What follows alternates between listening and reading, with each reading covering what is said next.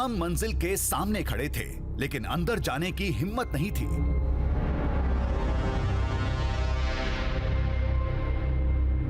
जिसकी तलाश हमें यहां खींच लाई थी, लोगों को उसकी भनक तक नहीं थी।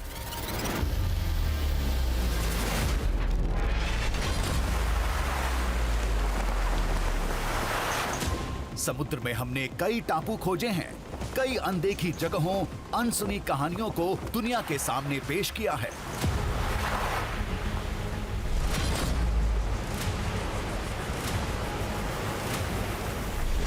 लेकिन इस बार जिस साक्ष्य की खोज में निकले थे, उसकी कल्पना मात्र से रूह कांप रही थी।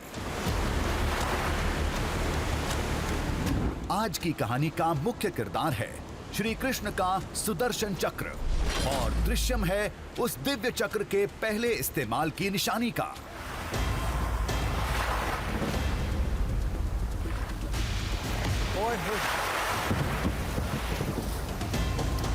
आराम से आराम से आराम से।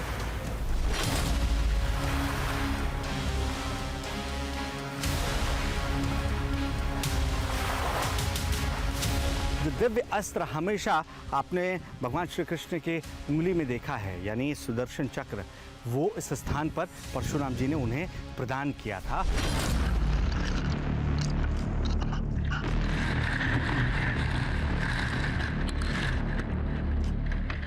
और उसकी शिक्षा भी दी कि आखिर किस तरीके से उसका इस्तेमाल किया जा सकता है, कैसे उसे चलाया जा सकता है।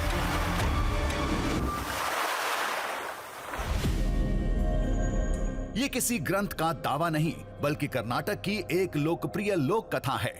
कहते हैं जब महर्षि परशुराम ने श्री कृष्ण को सुदर्शन चक्र दिया था, तो उसी समय दिव्यास्त्र के चलाने की शिक्षा भी दी थी। तब परीक्षण के लिए श्री कृष्ण ने सुदर्शन चक्र से एक पहाड़ को बीच से काट दिया था।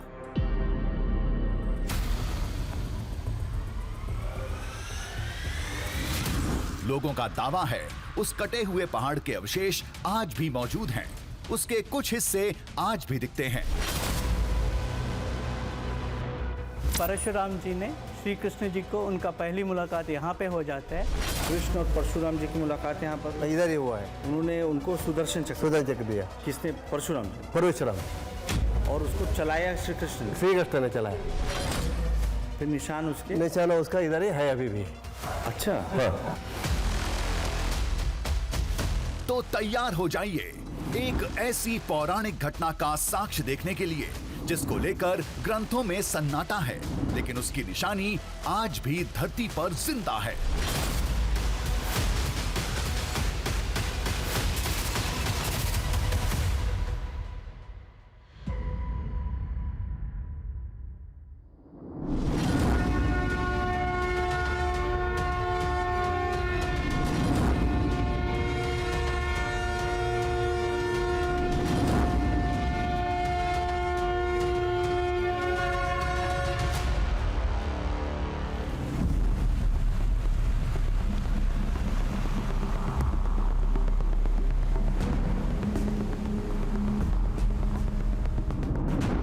इस कहानी की शुरुआत हुई थी कर्नाटक के एक प्राचीन नगर उडुपी से,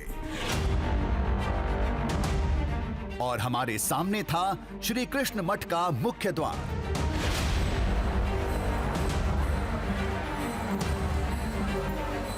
ये मठ मशहूर है भगवान कृष्ण की अपनी प्रतिमा के लिए, बाल रूप वाली अलौकिक प्रतिमा, जिसे 9 छेद वाली एक खिड़की से देखा जाता है।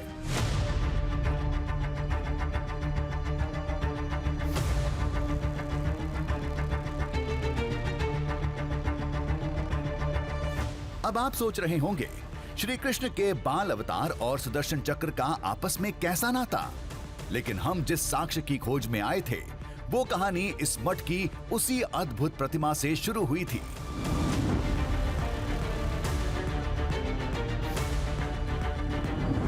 बस आप इस दृश्यम को अंत तक देखें, फिर आपके सामने एक ऐसा साक्ष्य होगा जिससे रामकृष्ण का ये देश अभी तक अनजाना था।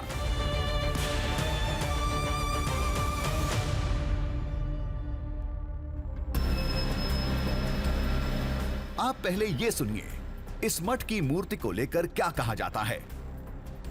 ये जो ये कृष्णा का या जो जन्म स्थान है वो मथुरा में है और उसका कर्म स्थान है वो द्वारिका में है। हाँ। जो मूर्ति बना हुआ है वो द्वारिका से बह के इधर उडुपी में है। अच्छा, तो ये द्वारका में बनी थी। हाँ। सुनकर विश्वास नहीं हुआ? हमें भी नहीं हुआ था। चलिए एक बार और पूरी कहानी को समझते हैं। कहते हैं कर्नाटक में उडुपी के कृष्ण मठ में बाल कृष्ण की जो प्रतिमा है वो गुजरात के द्वारका से बहकर आई थी, जबकि दोनों के बीच की दूरी 1800 किलोमीटर है।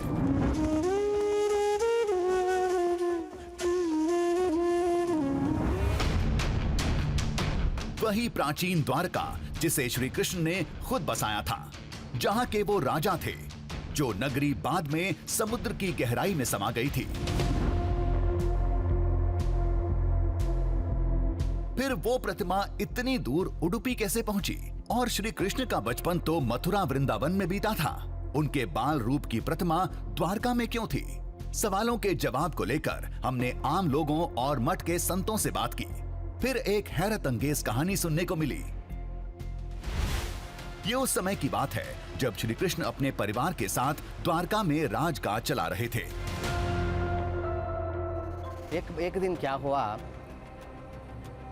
श्री कृष्ण का माँ देवकी थोड़ा नाराज लगी, मूड अच्छा नहीं था, अकेले बैठते थे। तो भगवान श्री कृष्ण ने देखा, क्यों माँ से जाके पूछा, क्यों माँ आप क्यों नाराज है, थोड़ा क्यों उदास? हाँ क्यों उदास है ना, उदास है ऐसा पूछा। तो देवकी ने बोला, मुझे एक कम है जीवन में। वो क्या है बोले तो मैं सब तुम्हारा सब में कुछ मैं देख लिया, बट एक माँ होने के नात भी मैं तुम्हारा बाल नील नहीं देख पाया। वो सब यशोदा मैया को मिला, बाल नील सब मक्खन खाना ये सब यशोदा मैया को मिला। मैं एक्चुअली माँ हूँ, मेरा पेट से जन्म हुआ, बट मेरा तुम्हारा बाल लील मैंने नहीं देखा। ये कमी है मेरा जीवन में।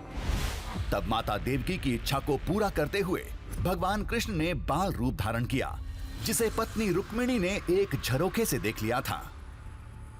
तो रुक्मिणी आश्चर्यचकित हुआ और तुरंत विश्वकर्मा को बुलाया, मुझे ये बाल रूप का प्रतिम चाहिए। ऐसे ही विश्वकर्मा देवों का शिल्पी है, शिल्पकार है। वो शालग्राम शिला में ये मूर्ति बनाया। शालग्राम शिला बहुत पवित्र होता है, साक्षात विष्णु का सन्निधान होता है। एक बड़ा शिला में कृष्ण का प्रतिम बनाया।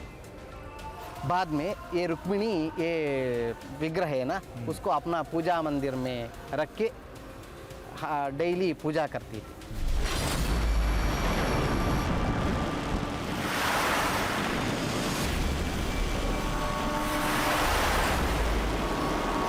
फिर एक दिन प्राचीन द्वारका समुद्र में डूब गई। इसके बाद की कहानी द्वारका का इतिहास नहीं, अब उडुपी की कृष्ण लीला का हिस्सा है। जिसका सबसे अहम हिस्सा है कृष्ण मठ के संस्थापक और त्रिकालदर्शी 13वीं सदी के स्वामी माधवाचार्य, जो मठ के पास एक टापू पर साधना करने गए थे। आचार्य मध्वाचार्य ने वो इधर नीचे आप जा सकता है, एक मलपे करके एक स्थान है, सो उधर वडबांडेश्वर करके उधर ही नीचे, तो उधर वो समुद्र का आसपास है। तो उधर जब आचार्य मध्व जी ने एक पवित्र दिन में एक स्नान करने के लिए गए थे, तब बहुत जोर से वायु ने, तो तब उधर से द्वारका से वणिक जी, meaning people who are business oriented, they had come over. उन लोग आए थे कि उन लोग एक गोपी चंदन का ही एक बढ़िया उन लोग का शिप में वो जो उन लोग उस पे पूरा रखा था, तब गोपी चंदन का व्यापार हो रहा था, तो उन लोग वो लेके आ रहे थे। तो they were stuck in this typhoon.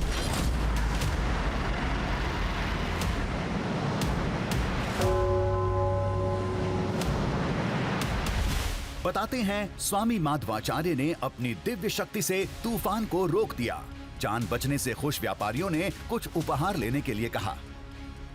तब क्या हुआ, तो आचार्य जी ये त्रिकाल ज्ञानी है, तो अब क्या होता है, पीछे क्या हुआ, तो उसको पता था कि ऐसा आएगा भगवान का रूप इधर। वो वणिक आया और वो शरणागत हुआ और बोला कि मेरा पूरा संपत्ति आपका है, अब बोलिए कि क्या हम दे सकते हैं। तो आचार्य मध्व जी ने बोला कि हमको कुछ नहीं, हम तो परिव्राजकाचार्य है, तो परमहंस है, सो हम कुछ नहीं लेते, मगर तुम्हारा ये इस पे गोपी चंदन है, उसका वो हमको चाहिए।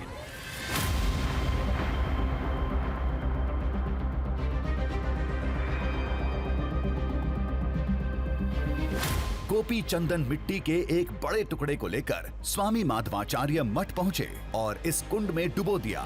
थोड़ी ही देर में मिट्टी गल गई और स्वामी जी के हाथ में थी बाल कृष्ण की वो अलौकिक प्रतिमा, जिसे मठ के अंदर स्थापित कर दिया गया।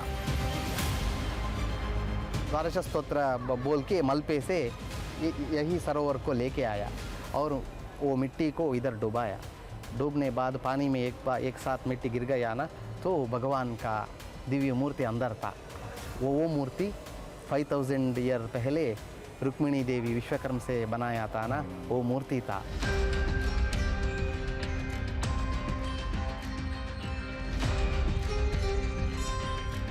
ये महज दावा नहीं, लोगों की मान्यता है। अंदर जो प्रतिमा रखी है वो द्वापर युग की वही प्रतिमा है जिसे श्री कृष्ण का रूप देखकर बनाया गया था। हम उसे ही देखने जा रहे थे।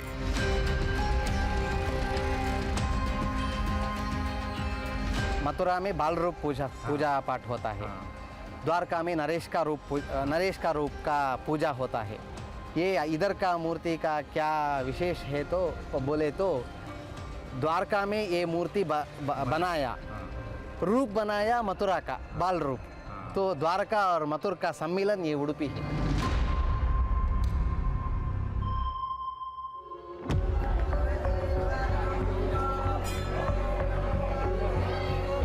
एक खास बात यह है कि आम हो या खास, सभी उस पौराणिक मूर्ति को एक खिड़की से देखते हैं जिसमें 9 सुराख होते हैं।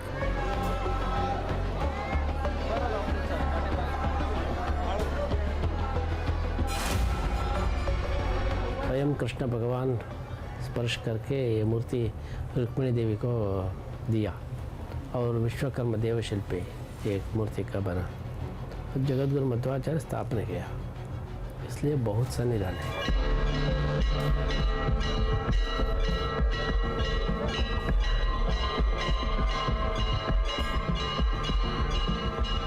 गर्भगृह में उस खिड़की के पास बहुत भीड़ थी। लोग बारी बारी से अंदर झांक रहे थे। हमारी उत्सुकता भी चरम पर थी।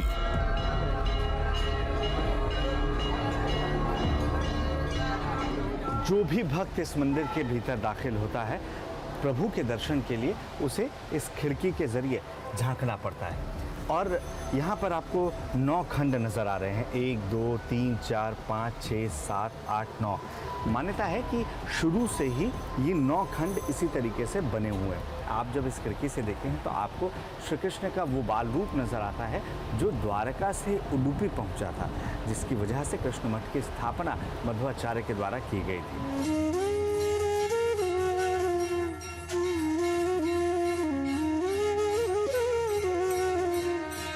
हमने भी सुराख से अंदर देखा। अंदर भगवान कृष्ण की अद्भुत प्रतिमा थी, माखन चोर वाले रूप में।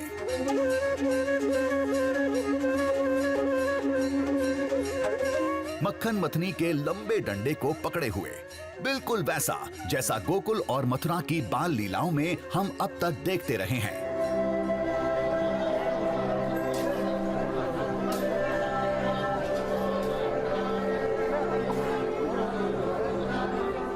बताया जाता है कि द्वापर युग की ये प्रतिमा शालिग्राम की बनी थी, जिसे खुद विश्वकर्मा ने आकार दिया था, और वो भी उस समय जब भगवान का ये साक्षात रूप उनके सामने था।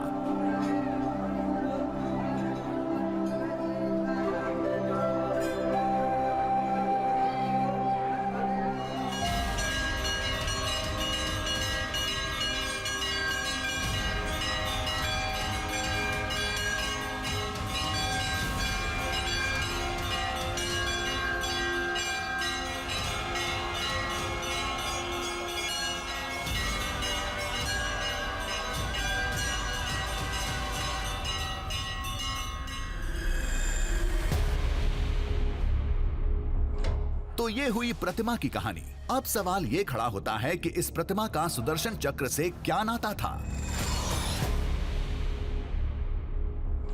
ये हमें उस जगह तक कैसे पहुंचाएगी जहां सुदर्शन चक्र का पहला इस्तेमाल हुआ था, जहां उसके निशान आज भी मौजूद हैं।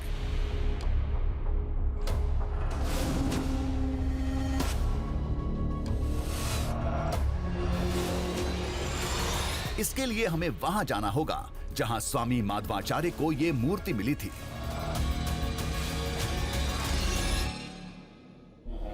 मंदिर के गर्भगृह में रखी मूर्ति को जब आप पहली बार देखेंगे तो आपको द्वारकाधीश में रखी भगवान श्री कृष्ण की मूर्ति की भी याद आ सकती है। दोनों में काफी समानता है। वो श्री कृष्ण के राजा यानी नरेश अवतार की वो मूर्ति है, जबकि यहाँ पर रखी मूर्ति बाल्य अवतार की है, यानी एक शिशु के रूप में है। हालांकि यहाँ के लोगों का ये मानना है कि ये मूर्ति पास ही मौजूद एक आइलैंड में मिली थी। तो हमारी कोशिश ये है कि अब हम उस आइलैंड तक पहुँचे, उस स्थान तक पहुँचे जहाँ इस मूर्ति के मिलने का दावा किया जाता है। क्या वो स्थान यहाँ पर मौजूद है? क्या है संबंध द्वारका और उडुपी का? शायद वहाँ पहुँचने के बाद हमें पता लग सके।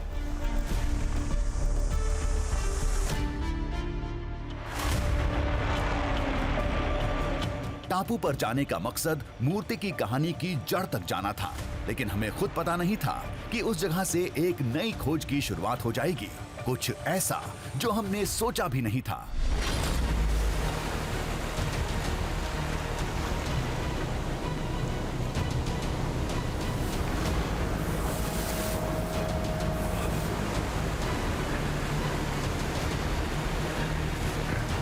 अब हम उस जगह के लिए निकल पड़े हैं जिसे लेकर लोगों का मानना है कि यही वो स्थान है जहां मध्वाचार्य जी को वो मूर्ति मिली जो आज यहाँ कृष्ण मठ में स्थापित है। हालांकि एक मान्यता ये भी है कि पहले ये तमाम हिस्से आपस में जुड़े हुए थे, जो आज खंड खंड में बढ़ चुके हैं। कई आइलैंड में आपको नज़र आते हैं। पहले ये आपस में जुड़े हुए थे, लेकिन हज़ारों सालों में जो भौगोलिक घटनाएं हुई हैं उसमें ये परिवर्तन हुआ है और आज इस आइलैंड पर पहुंचना इतना मुश्किल है कि यहाँ साल में सिर्फ एक बार विशेष अनुमति के जरिए ही पहुंचा जा सकता है। यही वजह है कि इस खास बोट के जरिए हम ये दूरी तय करने निकल पड़े।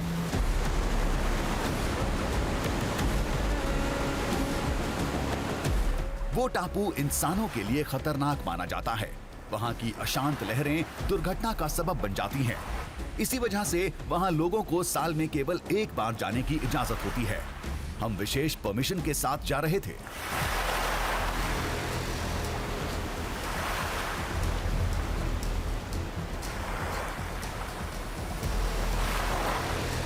लेकिन एक बात समझ में नहीं आ रही थी। द्वारका से उडुपी 1800 किलोमीटर दूर है। वहां से निकला समुद्री जहाज तूफान में यहीं क्यों फंसा? मूर्ति इसी टापू से क्यों टकराई? क्या सब कुछ पहले से तय था?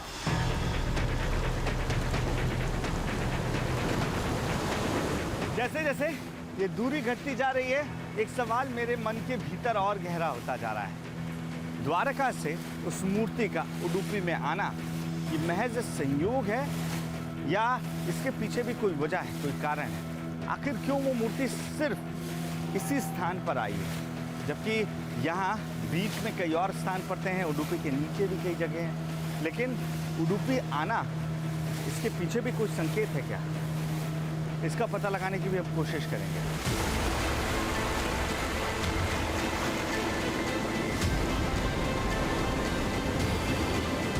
कुछ ही देर में मालपे टापू नजर आया, वही जगह जहां स्वामी माधवाचार्य को कृष्ण के बाल रूप वाली प्रतिमा मिली थी।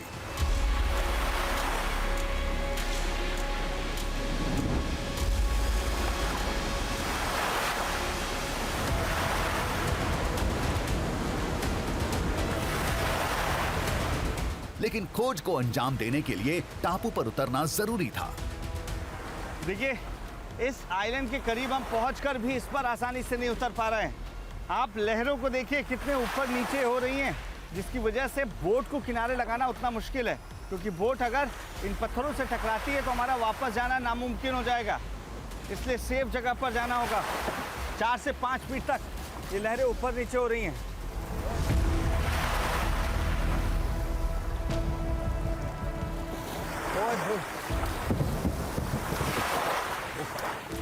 आराम से आराम से आराम से। ये वाकई जोखिम भरा था।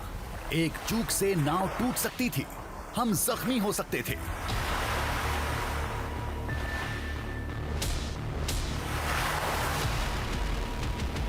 अब हम समुद्र में थे और हमारा एक साथी टापू पर। फिर हमने लहरों के शांत होने का इंतजार किया और मौका देखते ही उतर गए।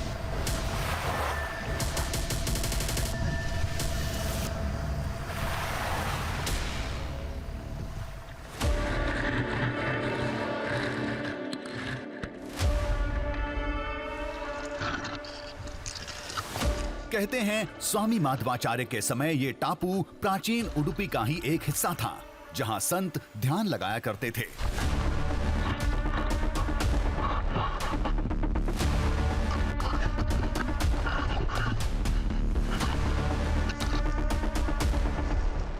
उसका गवाह है ये विशाल वट वृक्ष, जो इस टापू से भी पुराना माना जाता है। यही वो वट वृक्ष था जहां स्वामी माधवाचार्य ध्यान लगाया करते थे और दावे के मुताबिक इसी जगह पर भगवान कृष्ण की वो मूर्ति मिली थी। देखिए, इस आइलैंड पर यह जगह सबसे पवित्र, सबसे महत्वपूर्ण मानी जाती है, क्योंकि लोगों का मानना यही है कि इस वट वृक्ष के नीचे वो जगह मौजूद है जहां मध्वाचार्य जी को वो मूर्ति प्राप्त हुई थी, जिसे लेकर लोगों का मानना है कि ये मूर्ति खुद प्रभु श्री कृष्ण ने विश्वकर्मा जी से बनवाई थी। और कुछ लोग ये कहते हैं कि वो मूर्ति द्वारका से यहाँ बहते हुए आई थी। द्वारका नगरी के डूबने के बाद कुछ लोगों का मानना है कि नाविक उसे नाव में लेकर आए थे। लेकिन ये वो स्थान है जहाँ पर मध्वाचार्य जी को वो मूर्ति प्राप्त हुई और उसके बाद उन्होंने पूजा अर्चना के साथ उस मूर्ति की स्थापना की, जिसे आज बाल कृष्ण के रूप में जानते हैं, जिसकी वजह से पूरे उडुपी को दक्षिण का मथुरा कहा जाता है। तो आप समझ सकते हैं कि ये स्थान लोगों के लिए क्या अहमियत रखता होगा।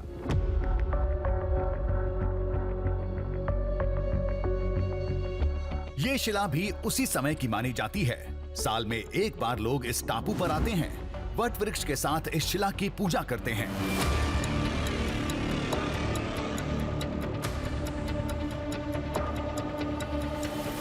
अब वजह वट वृक्ष हो या स्वामी माधवाचार्य का नाम या फिर कुछ और, इस पूरे द्वीप को लेकर लोगों में गहरी आस्था है।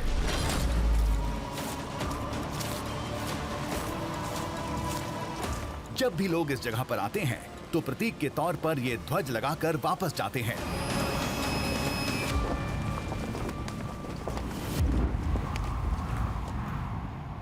ये वो स्थान है जहां लोग आस्था के अनुरूप ये पताका फहरा कर जाते हैं, क्योंकि उनका मानना है कि ये जगह मां पार्वती से जुड़ी है।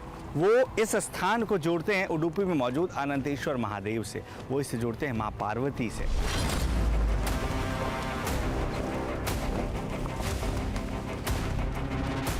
लेकिन एक बात समझ में नहीं आ रही थी, खतरों का सामना करके इतने दूर महज ध्वज लगाने कोई क्यों आएगा? कोई तो और बात होगी जो लोगों को यहाँ आने के लिए मजबूर करती होगी। शायद हमसे कुछ छूट रहा था। मंदिर एक बार फिर से जाना होगा, वहां से शायद हमें कुछ सुराग मिले। आइए भैया, आ जाइए।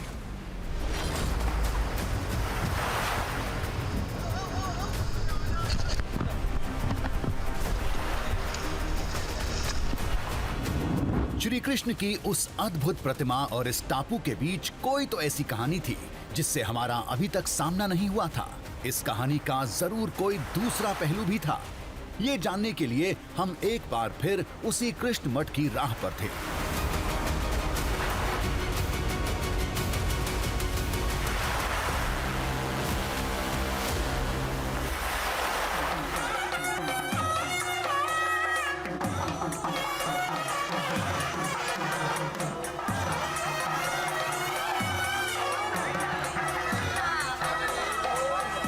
मंदिर पहुंचे तो वहां रथ यात्रा का दौर शुरू हो चुका था।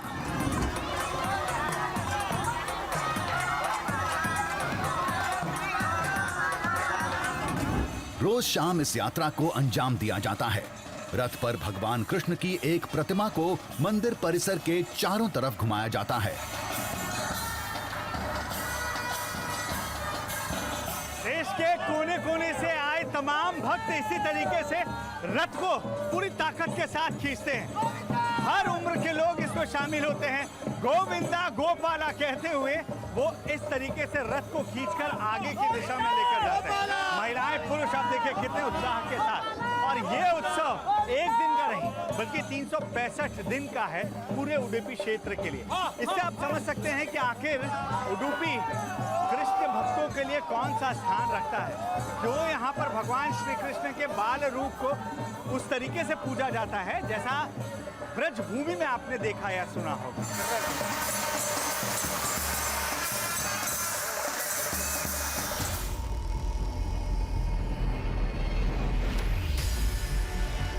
हमें कुछ ऐसे लोगों की तलाश थी जो हमारे सवालों का जवाब दे सकें। इस भूमि से भगवान कृष्ण का असल नाता क्या था? क्या कहानी केवल मठ, मूर्ति और टापू तक सीमित थी या मामला इससे भी बड़ा था?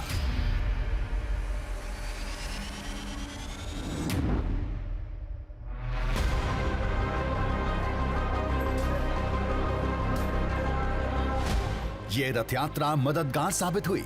यहाँ हमें कई लोग मिले, उनसे कई बड़ी जानकारियां हासिल हुई। इनमें कुछ बातें ऐसी भी थीं जिनके बारे में शायद ही किसी को पता होगा। सब क्षत्रियों को नाश करने के बाद परशुराम जी बोलता है कि मैं किधर रुकूं, मेरे लिए जगह चाहिए करके। तो उन्होंने समुद्र राजा को बोलता है कि आप पीछे जाओ, मुझे जगह चाहिए मुझे रहने के लिए।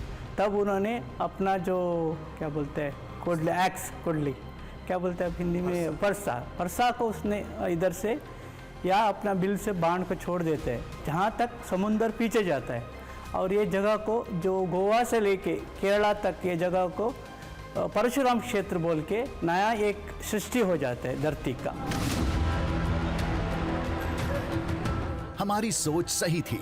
इस इलाके की कहानी मूर्ति से भी पहले की थी। स्थानीय लोगों के मुताबिक वो मूर्ति द्वारका से यहाँ आकर इसलिए टकराई क्योंकि श्री कृष्ण का इस धरती से पुराना नाता था।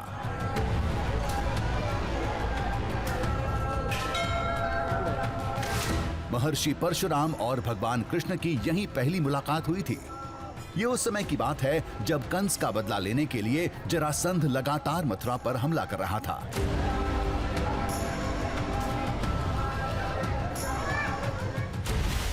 अपने सगे संबंधियों की मौत से परेशान होकर श्री कृष्ण एक सुरक्षित जगह की तलाश में थे। देवताओं के कहने पर वो महर्षि परशुराम से मिले, जिन्होंने द्वारका बसाने की सलाह दी।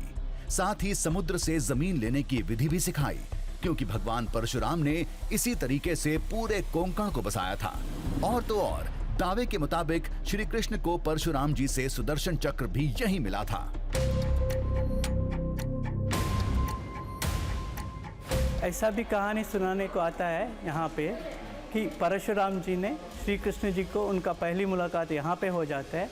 उनका बाद उन्होंने कृष्ण जी को पश्चिम दिशा में जाके वहाँ पे द्वारका नगर जो बसा है वो बसाने के लिए वो निर्देशन देता है करके ऐसा कहानी यहाँ पे है। श्रीमद् भागवत महापुराण से लेकर हर ग्रंथ में लिखा है भगवान कृष्ण को सुदर्शन चक्र परशुराम जी ने दिया था। उसी समय चक्र चलाने की शिक्षा भी दी थी। फिर प्रयोग के तौर पर श्री कृष्ण ने सुदर्शन चक्र का पहला इस्तेमाल किया था। चक्र ने पूरे एक पहाड़ को बीच से काट दिया था। का जो निशाना जो है वो अभी भी है इधर, सुदर्शन चक्र का वो इतना पुराना का जो निशाना अभी भी इधर दिखता है। जो निशाना अभी भी है, पत्थरों में वो निशाना है। तो ये तो आप द्वापर युग का बात करें, द्वापर युग तो कितना हजारों सालों का चले पहले का ये द्वापर युग का। अभी तो अभी भी दिख रहा है वो। हजार आपने भी देखा? हाँ, हमने देखा है।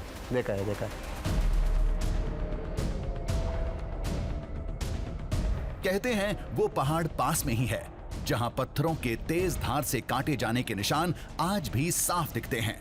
कुछ लोग इसे खारिज कर देते हैं तो कुछ की उन निशानियों में गहरी आस्था थी। एक्चुअली साइंस वाला मानता नहीं, मगर रास्ता वाला जो हमारा जैसा श्रद्धा वाला आदमी लोग है उसको पूरा मानते हैं ये भगवान है और भगवान का ये निशाना है। साइंस का क्या बोलता है? आप जो कह रहे हैं ना, यकीन करना मुश्किल होता है कि कृष्ण और परशुराम जी की मुलाकात यहाँ पर इधर ही हुआ है। उन्होंने उनको सुदर्शन चक्र दिया। किसने? परशुराम। और उसको चलाया श्री कृष्ण ने, श्री कृष्ण ने चलाया। फिर निशान उसके। निशाना उसका इधर ही है अभी भी। अच्छा। हाँ।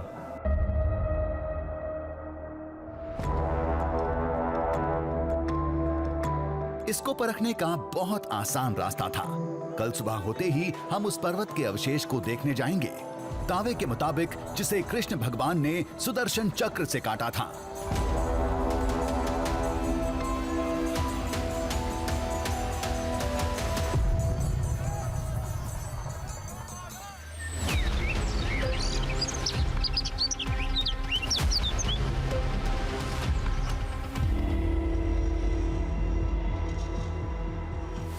सुबह होते ही हम कुंजारुगिरी पर्वत पर गए।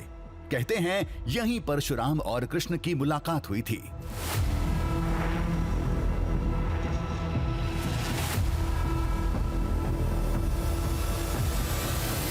आज यहां ये परशुराम धाम है, लेकिन जगह उस समय की है जब पौराणिक काल में महर्षि पद्मावत राज्य में रहा करते थे। पौराणिक पद्मावत वेण्या नदी के किनारे बसा एक वेदकालीन नगर हुआ करता था, जो आज के हिसाब से महाराष्ट्र में महाबलेश्वर के पास था।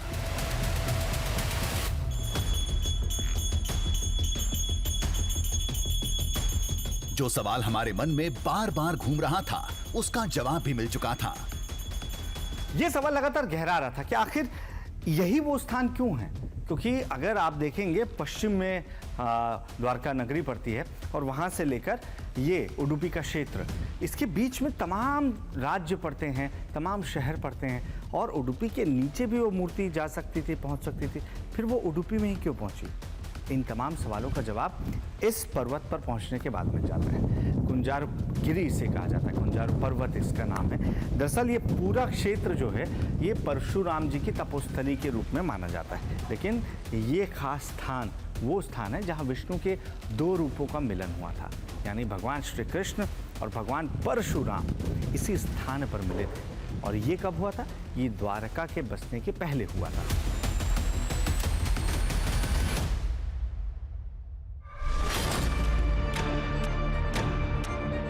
जहां भगवान कृष्ण को सुदर्शन चक्र सौंपा गया था, जहां उस दिव्यास्त्र का पहाड़ काटने में पहला इस्तेमाल हुआ था, वो जगह अब मंदिर से दूर समुद्र में एक टापू पर है।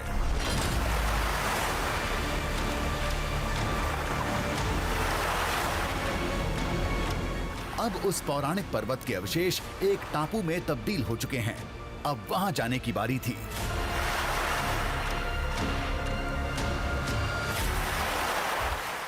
देखिए, अब उस आइलैंड पर जाने के लिए हम इस बोट के सहारे जा रहे हैं।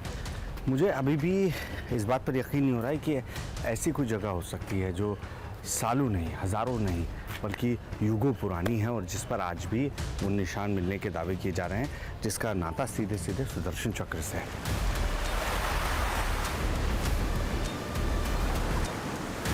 लेकिन एक बात समझ में नहीं आ रही थी, इतनी बड़ी कहानी का इतना बड़ा साक्ष्य अभी तक लोगों की नजरों से छुपा क्यों था?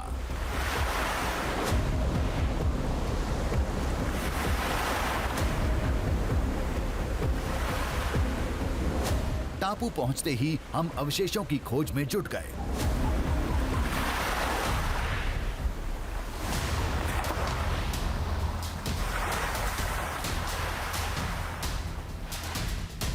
इसके लिए बहुत मेहनत नहीं करनी पड़ी। वो अद्भुत दृश्य हमारे सामने था। सामने एक पहाड़ था। पहाड़ क्या, उसका छोटा हिस्सा समझिए। यूं लग रहा था जैसे किसी ने उसे बीच से काटकर छोटा कर दिया था।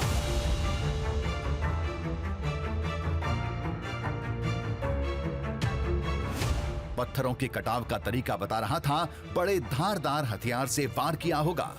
ये जरूर कभी इस इलाके की सबसे ऊंची जगह रही होगी। इन पत्थरों को जब आप देखते हैं तो ऐसा लग रहा है कि किसी धारदार हथियार से यहाँ किसी बड़े पत्थर को एक झटके में काटा गया है, जिसके बाद ये पूरा का पूरा पहाड़ जो है आपको समरूपी नजर आएगा, यानी आपको एक झटके से काटा हुआ समतल हिस्सा नजर आ रहा है। अमूमन ऐसा होता नहीं है, हालांकि वक्त के साथ इसमें काफ़ी परिवर्तन आया होगा, क्योंकि समुद्र की लहरें लगातार इस पर प्रहार कर रही होती हैं। बावजूद इसके सोचिए हजारों साल लाखों साल से ये यहाँ पर इसी तरीके से डटे हुए हैं और यही वजह है कि लोगों की आस्था इसमें बसती है। इसे लोग सीधे सीधे सुदर्शन चक्र से जोड़कर देखते हैं।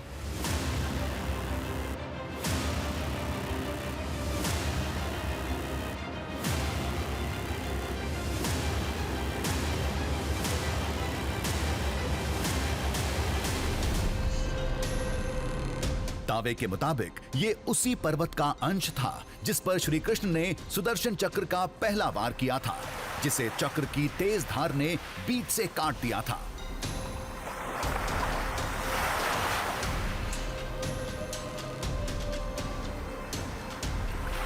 ये आपको समझाने के लिए जरूरी है।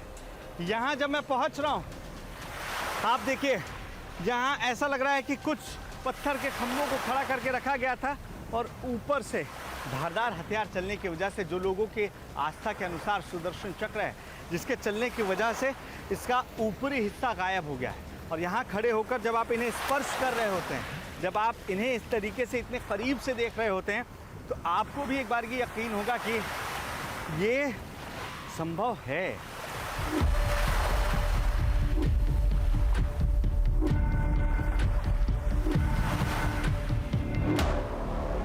यहाँ ऐसे कटे हुए पत्थरों की भरमार थी जो पूरे टापू पर फैले पड़े थे।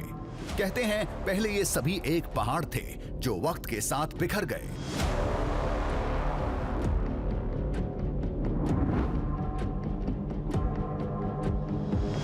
हालांकि विज्ञान में इसे बेसाल्ट पत्थर का नाम दिया जाता है, जो ज्वालामुखी से निकले लावा के ठंडे होने के बाद तैयार होते हैं।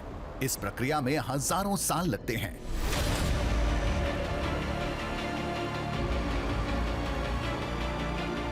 आज विज्ञान चाहे इसे बेसाल्ट के पत्थर कहे, इसके समरूप होने का कारण वो ये बताए, लेकिन जब आप आस्था से जुड़ेंगे तो लोगों की आस्था इसी में बसती है कि श्री कृष्ण को जो सुदर्शन चक्र मिला, उसके इस्तेमाल से इसका जो आकार है वो बिल्कुल एक आकार में आपको नज़र आएगी। चाहे आप इस हिस्से पर देख लीजिए जो पत्थरों का झुंड है, या किसी भी हिस्से में इस आइलैंड पर नज़र डाल लीजिए, आपको वही आकार नज़र आएगा।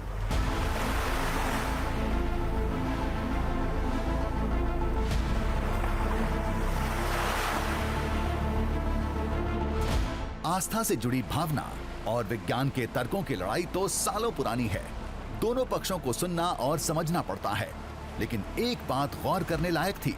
आसपास और भी कई टापू थे, लेकिन ऐसे पत्थर केवल इस द्वीप पर थे। लोगों का विश्वास यही है कि सुदर्शन चक्र का जब पहली बार इस्तेमाल किया, जब उसकी शिक्षा ग्रहण करने के बाद श्री कृष्ण ने उसे परखने की कोशिश की, तब इस आइलैंड के पत्थरों को ये तमाम आकार प्राप्त हुए हैं। और सोचने वाली बात यह है कि आसपास जो तमाम आइलैंड मौजूद हैं, वहाँ जो पत्थर हैं उनमें ये आकार क्यों नहीं देखने को मिलते हैं? ये तमाम आकार सिर्फ इसी आइलैंड में मौजूद इन चट्टानों पर ही क्यों बसते हैं?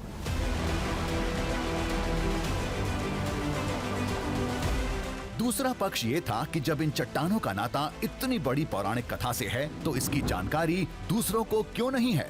अब केवल इस तर्क पर दावा पूरी तरह खारिज नहीं किया जा सकता, क्योंकि कुछ पौराणिक तथ्य जिनका ग्रंथों में जिक्र है, ये इशारा करती हैं कि श्री कृष्ण और परशुराम का इस इलाके से नाता रहा है।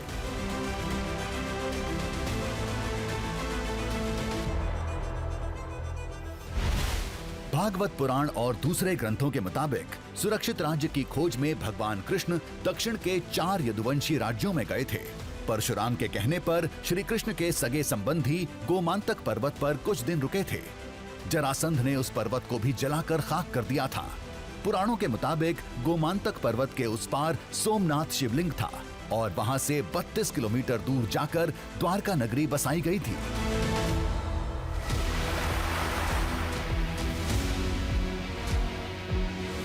स्थानीय लोगों के मुताबिक सुदर्शन चक्र वाली कहानी सही है, नहीं तो कहानी से मेल खाते सभी स्थान इस इलाके में क्यों होते? उधर ही ऐसा वाला क्यों, वो हम सोचना चाहिए कि विज्ञान का हम कितना, क्योंकि विज्ञान अभी अभी आया है, तो उतना पुरातन से ऐसा है तो उसका कुछ अलग ही वो रीज़न होगा, तो वो सोचने का है हम। तो हम जब सुदर्शन चक्र और भगवान का बहुत रिलेटेड एक निशाने से ही वो बनाया हुआ है। तो हम बराबर सोच के ये पुरातन इतिहास बराबर हम पढ़ने से तो हमको बहुत क्रिस्टल क्लियर हो जाएगा।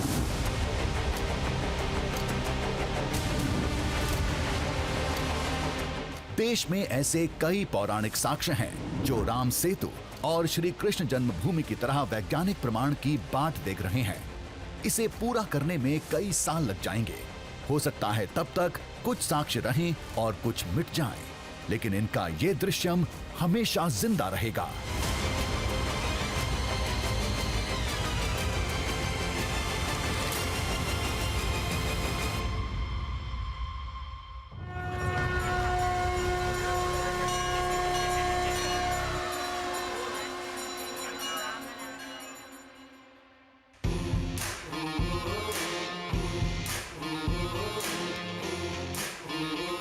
दरिया में झांकेंगे, पर्वत को नापेंगे, बांधेंगे धरती को अंबर की डोरों से, सूरज के चेहरे से पर्दा हटाना है, तूफान आंधी को भी अब चीर के जाना है, कुदरत की मुट्ठी से अब छीन लाएंगे हम, कुदरत की मुट्ठी से अब छीन लाएंगे हम।